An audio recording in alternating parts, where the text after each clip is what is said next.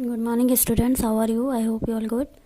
सो dear student, आज मैं आपको हिंदी व्याकरण में कुछ चीज़ें, एक दो चैप्टर की शेष बची हुई हैं, उसको मैं पहले आपको कंफर्म करा देती हूँ। अगर टाइम बचता है या वीडियो में जल्दी हो जाती है तो मैं आपको हिंदी फर्स्ट भी बता दूँगी, ठीक है। तो मैंने आपको 12 चैप्टर तक बताया हुआ है। 12 चैप्टर यानी वही विलोम शब्द था, उल्टे शब्द, इसके वर्ग वगैरह मैंने बताए हैं आपको। आज मैं आपको 13 चैप्टर बताऊंगी, अध्याय 13, जो है अनेक शब्दों के लिए। दिए गए वाक्य और चित्रों को ध्यानपूर्वक देखिए। चित्र दिया गया उसी के अकॉर्डिंग वाक्य लिखे गए हैं। जो कपड़े सिलता है उसे क्या बोलते हैं? दर्जी बोलते हैं। सिलाई करते हैं, कपड़े वगैरह सिलते हैं दर्जी, उनको दर्जी बोलते हैं। तो हम आपको पता है कि अनेक शब्दों के लिए एक शब्द क्यों बोला जाता है? वो रीज़न इसलिए बोला जाता है कि इसी से हमें उनके काम से हम उनके नाम को जानते हैं, है ना। कि दर्जी जो हैं वो कपड़े सिलते हैं, दर्जी का काम होता है कपड़े सिलने का। तो इसलिए हम हर जगह ये नहीं बोल सकते ना कि जो कपड़े सिलता है, हम यही बोल सकते कि दर्जी का काम है, दर्जी करेगा। इसीलिए ज़्यादा लंबे वाक्य हमें बोलने नहीं पड़ते और हमें शॉर्ट करने के लिए उनका नाम हमें याद होना चाहिए। जो खेती करता है किसान, जो मिट्टी के बर्तन बनाता है कुम्हार, सेना में काम करते हैं सैनिक, जो सोने का आभूषण बनाता है सुनार, बच्चों को जो पढ़ाता है अध्यापक, जो जूते बनाता है मोची, जो बीमार का इलाज करता हो डॉक्टर, जो कपड़ों को धोता है धोबी, जो बगीचे की देखभाल करता है माली। तो चित्र जो है वो चित्र में आपको इसका काम दर्शाया जा रहा है। उसके काम को देखकर, उसके गेटअप को देखकर आप समझ सकते हैं कि वो क्या काम करता है, उसका काम क्या है। फिर है बच्चों, आपने देखा कि भाषा को सुंदर बनाने के लिए ऊपर दिए गए शब्द समूहों के लिए एक शब्द का उपयोग किया गया है। मैंने बोला ना कि जब हर बार हम क्या करते हैं, इतनी लंबी लाइन नहीं बोल सकते हैं। कि जैसे अगर हमें किसी को डॉक्टर को दिखाना तो ये नहीं बोलेंगे कि जो बीमार का इलाज करता है उसके पास ले जाओ, ऐसा नहीं बोलेंगे। हम यही बोलेंगे कि डॉक्टर के पास ले जाओ, यानी सबको पता है कि वो बीमार का इलाज करता है, इसीलिए उसे डॉक्टर कहा जाता है ना। फिर है अनेक शब्दों के लिए एक शब्द के कुछ अन्य उदाहरण हैं। तो अन्य उदाहरण जो मतलब और इससे रिलेटेड और बाकी चीज़ें हैं। जो रोगी की देव जो देखभाल करती है, नर्स जो लकड़ी का काम करता है, बढ़ई जो प्राणी आकाश में रहते हैं, नवचर जो दुकान पर बैठता है, दुकानदार जो गाना गाता है, गायक जो पत्थर से मूर्ति बनाता है, मूर्तिकार जो प्राणी जल में रहते हैं, जलचर जो कविता लिखता है, कवि। तो मतलब बहुत सारे ऐसे लोग हैं जो हमारे काम को करते हैं, लेकिन हम उनको क्या कहते हैं, बोल नहीं सकते। जैसे हमें कोई बात बोलनी है तो हम ये नहीं बोलेंगे कि हम उनके पास जा रहे हैं जो लकड़ी का काम करते हैं, हम यही बोलेंगे हम बढ़ई के पास जा रहे हैं, हमें काम करवाना है। हम सामान खरीदने दुकान वाले के पास जा रहे हैं, हम दुकान पर जो बैठता है उसके पास नहीं जा रहे हैं ना। बहुत सारी चीज़ें हम दैनिक जो यूज़ करते हैं, डेली जो यूज़ करते हैं, वो हम पूरी तरीके से लैंग्वेज को अपने शॉर्ट फॉर्म में लिख के करते हैं, शॉर्ट फॉर्म बना के करते हैं। इतना लंबा नहीं कोई बोलने जाता है। भाषा को सुंदर बनाने के लिए हम इस चीज़ का उपयोग करते हैं, भाषा इससे सुंदर बनती है ना। फिर है जो प्राणी जल में रहते हैं उन्हें क्या कहते हैं? तो इसका उत्तर है जो प्राणी जल में रहते हैं उन्हें जलचर कहते हैं। आकाश में जो रहते हैं उन्हें नभचर कहते हैं। जो उड़ते हैं यानी पशु पक्षी, वो जो है नभचर होते हैं। और जो उसमें प्राणी रहते हैं जैसे मछली वगैरह, तो वो क्या होते हैं? जलचर होते हैं। तो यहाँ पे हमें इसका उत्तर यही ऐसे लिखेंगे, जो प्राणी जल में रहते हैं उन्हें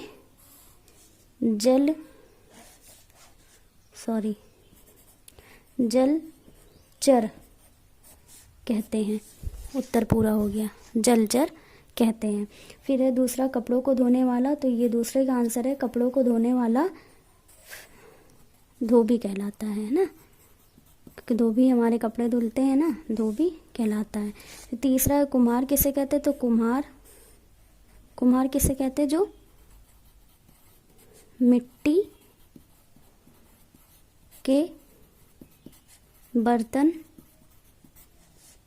बनाता है ना। मिट्टी के बर्तन यानी जो कुल्हड़ वगैरह और दूली, ये सारी चीज़ें बनाता, मिट्टी के गुल्लक बनाते हैं। डाकिया कौन है? डाकिया, इसका लिखेंगे डाकिया, जो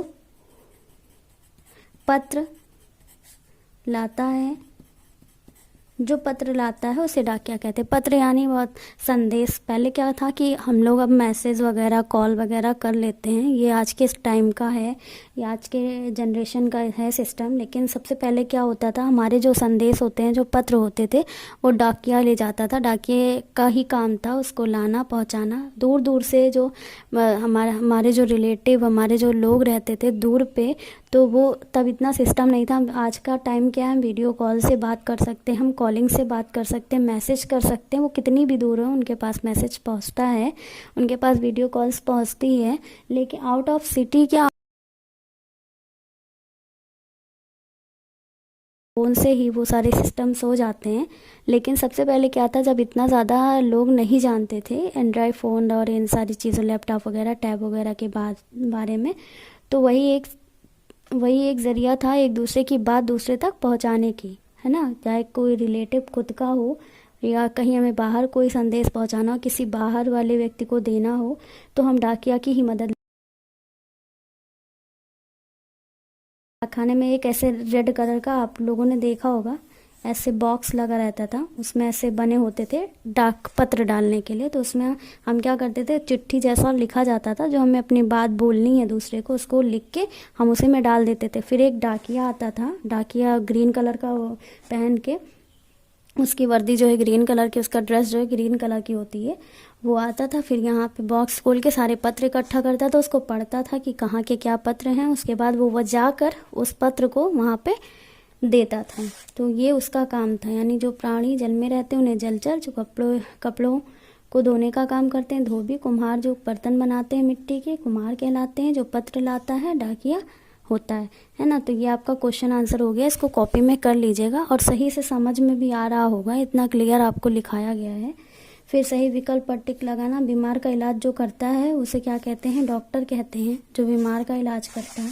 फसल उगाने का काम जो करता है उसको किसान कहते हैं।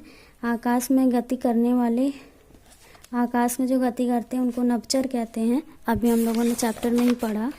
फिर है मूर्ति कौन बनाता है, तो मूर्ति जो बनाते हैं मूर्तिकार होता है। अब यहाँ ये मत सोचिएगा क्योंकि चित्रकार भी दिया गया, चित्रकार अलग होता है, मूर्तिकार अलग होता है। मूर्ति जो होती है, जो हम देखते हैं ना, माता जी की बहुत सारी और गणेश जी की, कृष्ण जी की जो मूर्तियाँ बिकती हैं, वो उनका काम होता है। लेकिन जो चित्रकार होते हैं उनका पेंसिल से और ब्रश से मतलब होता है, वो कॉपी वगैरह में चित्र और वॉल वगैरह पे चित्र बनाते हैं, तो वो उनका काम होता है। यहाँ ये मत सोचिएगा मूर्तिकार चित्रकार एक ही हैं।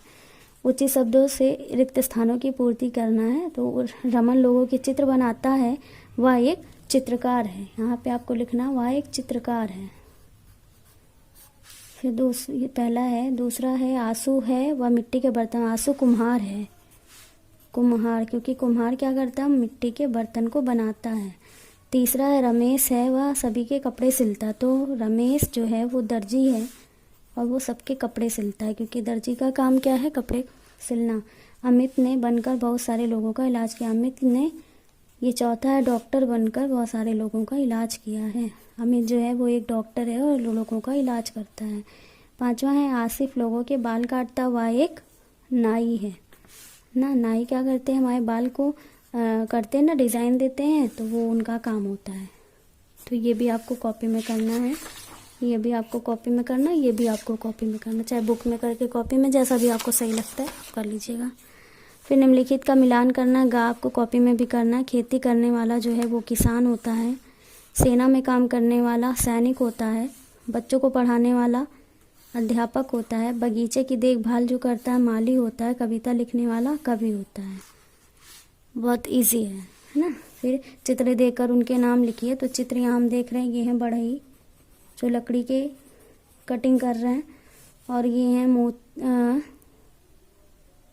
लोहार, यानी जो लोहे का काम करते हैं, इसको लोहार ही बोलते हैं।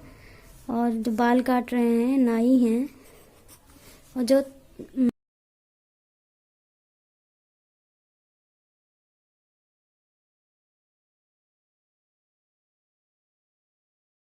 या हाँ तैराकी बोल सकते हैं। तो ये भी चैप्टर आपका हो गया है, आप इसको बुक में ही करिएगा, कॉपी में मत करिएगा। फिर 14 पे है, 14 में भी ज़्यादा कुछ नहीं है। बहुत छोटे छोटे चैप्टर हैं, इसलिए मैं आपको जल्दी केवल समझा के फिल करा दे रही हूँ, क्योंकि आपको बस फिल करना है, उसमें कोई अलग से चीज़ें नहीं सप्ताह, महीने और वर्ष, डे, वीक, मंथ्स और ईयर। तो ये इसमें आपको दिन के बारे में, सप्ताह के बारे में, महीने के बारे में और वर्ष के यानी साल के बारे में बताया गया है। तो बच्चों, क्या आप जानते हैं कि एक सप्ताह में कितने दिन होते हैं? एक सप्ताह में 7 दिन होते हैं। आप सब जानते होंगे एक सप्ताह में कितने दिन होते हैं? 7 दिन होते हैं, जिसमें रविवार का दिन स्कूल की छुट्टी होती है। बाकी हमें 5-6 दिन जो है स्कूल जाना होता है। Monday, Tuesday, Wednesday, Thursday, Friday, Saturday English में पढ़ते हैं, लेकिन यहाँ हम पढ़ेंगे सोमवार, मंगलवार, बुधवार, बृहस्पतिवार, ये सुबह, शुक्रवार और शनिवार। बहुत सारे बच्चे मुझसे कई बार पूछ चुके हैं और वो कंफ्यूज भी रहते हैं कि बृहस्पतिवार को और क्या कहा जाता है। तो बृहस्पतिवार को बेटा गुरुवार भी, अगर कोई बोलता है कि गुरुवार का काम है या गुरुवार को करना है, तो यही जानिएगा कि बृहस्पतिवार को यानी थर्सडे का ही काम है, थर्सडे को ही बोला जा रहा है। ये मत सोचिए कि गुरुवार का काम है थर्सडे में हम क्यों करें, है ना। दोनों एक ही होता है, एक बात अच्छी तरीके से समझ लीजिए। आप इसको थर्सडे इंग्लिश में बोलते हैं, हिंदी में आपको बृहस्पतिवार या गुरुवार ही सुनने को मिलेगा।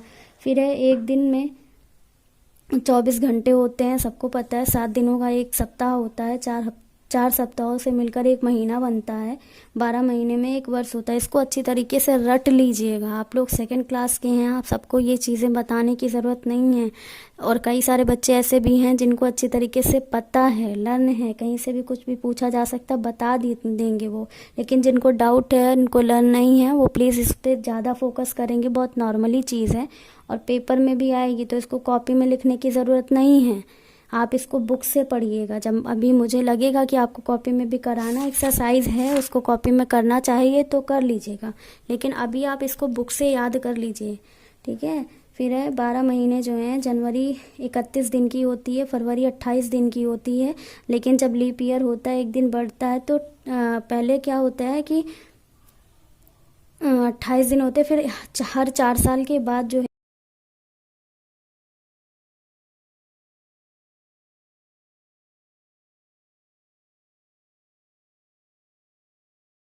30 दिन का, मई 31 दिन का और जून 30 दिन का। तो मतलब आपको क्या करना है, पूरे दिन देखने हैं कि कौन से महीने में कौन से महीने में टोटल कितने दिन पड़ते हैं। या भी जानिए, एक सामान्य वर्ष में 365 दिन होते हैं। प्रत्येक 4 वर्ष के बाद 366 दिन होते हैं। फरवरी में 29 दिन होते हैं, इन्हें अधिवर्ष या लीप ईयर कहते हैं। मैंने बोला ना, 365 दिन तो होते ही हैं, लेकिन एक दिन जब बढ़ता है यानी फरवरी में 28 से 29 दिन हो जाते हैं, उसी को बोलते हैं अधिवर्ष यानी लीप ईयर। और इसके बारे में मैंने आप सबको बताया भी है। एक सप्ताह में 7 दिन होते हैं, एक वर्ष में 12 महीने होते हैं, एक सामान्य वर्ष में 365 दिन होते हैं, प्रत्येक 4 वर्ष के बाद फरवरी में 29 दिन होते हैं, इन्हें अर्धवर्ष कहते हैं। इसको भी देख लीजिएगा। एक सप्ताह में कितने दिन होते हैं? आंसर आपके बुक में ये, एक सप्ताह में 7 दिन होते हैं। सप्ताह में 7 दिन होते हैं, तो ये उत्तर है। मंगलवार के बाद कौन सा दिन आता है? मंगलवार के बाद बुधवार आता है, बुधवार दिन आता है। एक वर्ष में कितने महीने होते हैं? तो एक वर्ष में 12 महीने होते हैं। चाहे 12 आप ऐसे लिखिएगा, चाहे 12 आप ऐसे लिखिएगा।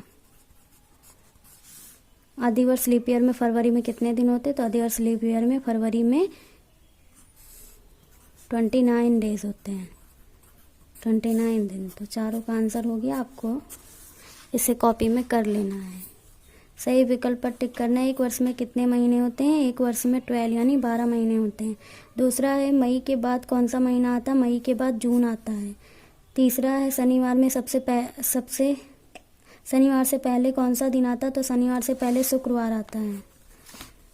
चौथा, प्रत्येक 4 वर्ष बाद फरवरी में कितने दिन होते हैं? प्रत्येक 4 वर्ष के बाद फरवरी में 29 डेज होते हैं, यानी 29 दिन होते हैं। कहा ऊंचे शब्दों में रिक्त स्थानों की पूर्ति करना। 1 अक्टूबर चल रहा है तो अगला महीना होगा। 1 अक्टूबर चल रहा है तो अगला महीना नवंबर का होगा, क्योंकि अक्टूबर के बाद क्या आता है? नवंबर आता है। क्या नवंबर डालिएगा। फिर दूसरा, एक वर्ष में दिन होते हैं। एक वर्ष में 365 दिन होते हैं। तीसरा, बुधवार से पहले आता है। बुधवार से पहले मंगलवार आता है, यहाँ पे आपको मंगलवार लिखना है। सप्ताहों से मिलकर एक महीना बनता है 30।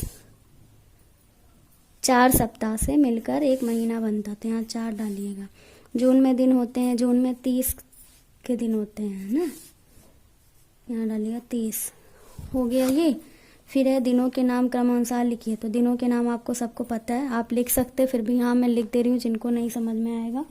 सोमवार से शुरू होता है, सोमवार, मंगलवार, बुधवार, बृहस्पतिवार जिनको हम गुरुवार भी कहते हैं, शुक्रवार, शनिवार और रविवार। तो ये एक हफ्ते में 7 दिन होते हैं, उनके नेम है। महीनों के नाम क्रमानुसार लिखिए, एक एवं साथ में उनके दिन भी लिखिए। तो महीना जनवरी का, उसमें कितने दिन होते, फरवरी उसमें कितने दिन होते, तो ये आपका होमवर्क है, आप अपने मन से करिएगा। बाकी सारी चीज़ बुक में भरने के बाद कॉपी में आप करिएगा। पहले बुक में अच्छी तरीके से समझ के भर लीजिएगा, इसमें कुछ करना नहीं है। जैसे यहाँ आपको जनवरी डालना है, आप जनवरी डालिए। जनवरी में फिर अगर जिनको आप पता है कि 30 का महीना है, 31 का महीना है, तो वो डाल सकते हैं। देखिए जनवरी में कितने दिन होते हैं, 31 दिन होते हैं, आपको यहाँ 31 डालना है। दूसरा है फरवरी, फरवरी में कितने डेज होते हैं, 80 लिखिएगा, 29 मत लिखिएगा। फिर है मार्च, मार्च में कितने, मार्च में 31 मार्च में भी होते हैं, देख लीजिए। जिनको नहीं समझ में आएगा वो पीछे से देख सकते हैं, बस यही आपको करना है। चित्रों को देखिए, बताइए कि अधिकांश किस महीने से संबंधित है। तो ये शायद होली का है चित्र, आपको दिख रहा होगा, होली का चित्र है।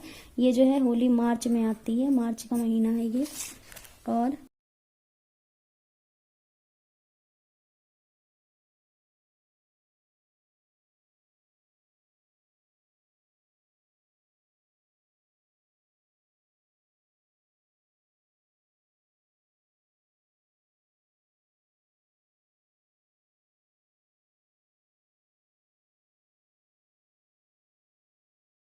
डाल दीजिएगा, आपको इसको कॉपी में नहीं करना है, बुक से ही है। फिर आपको 15 चैप्टर देख लीजिए। ये मत सोचिए एक साथ मैं सारा चीज़ बता दे रही हूँ, कुछ ऐसा है नहीं टफ जो आपको मैं बार बार बताऊँ। चित्र वर्णन है, इससे कुछ नहीं मतलब है, आपको चित्र से नहीं मतलब है, लेकिन आपको निबंध जो कराया जाएगा वो निबंध आप जरूर करिएगा। और निबंध मैं आपको बता दे रही हूँ कि आपको क्या करना है। तो निबंध मैंने आपको इससे पहले जो है वो बताया था ना हाफ ईयरली में आपको।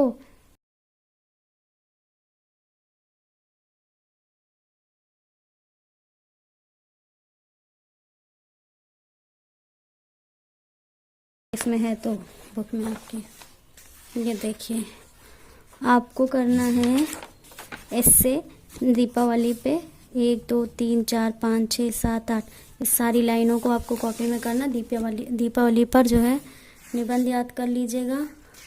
मोर, अब मोर अगर होगा, मोर नहीं है ना, लेकिन मोर पर भी आप लोग याद कर लीजिएगा। आप लोग दीपावली पर याद करिएगा, दीपावली पर मैं दूंगी। बाकी आप मेरे प्रिय मित्र पर भी देख सकते हैं, देख लीजिएगा। दोनों में से मैं कोई भी दे दूंगी, इसलिए मेरे प्रिय मित्र का भी आप देख लीजिएगा और दीपावली दोनों का देख लीजिएगा। मैं दोनों में से कोई एक दूंगी आपको। ओके, तो ये आपका हिंदी सेकंड है, पूरा हो गया है। तो अब मैं जो है आपको इसमें सारी चीज़ें कंप्लीट करवा चुकी हूँ, तो आपको ज़्यादा वर्क पड़ जाएगा, इसलिए ज़्यादा वर्क मैं एक साथ ना दे मैं बताऊँगी, क्योंकि अभी एक साथ सारे, इसलिए ठीक है। तो इसलिए आप जो है परेशान न होइएगा, मैं आपको क्या भी टाइम है आप इसको कर लीजिएगा। MPS code is MPS 31।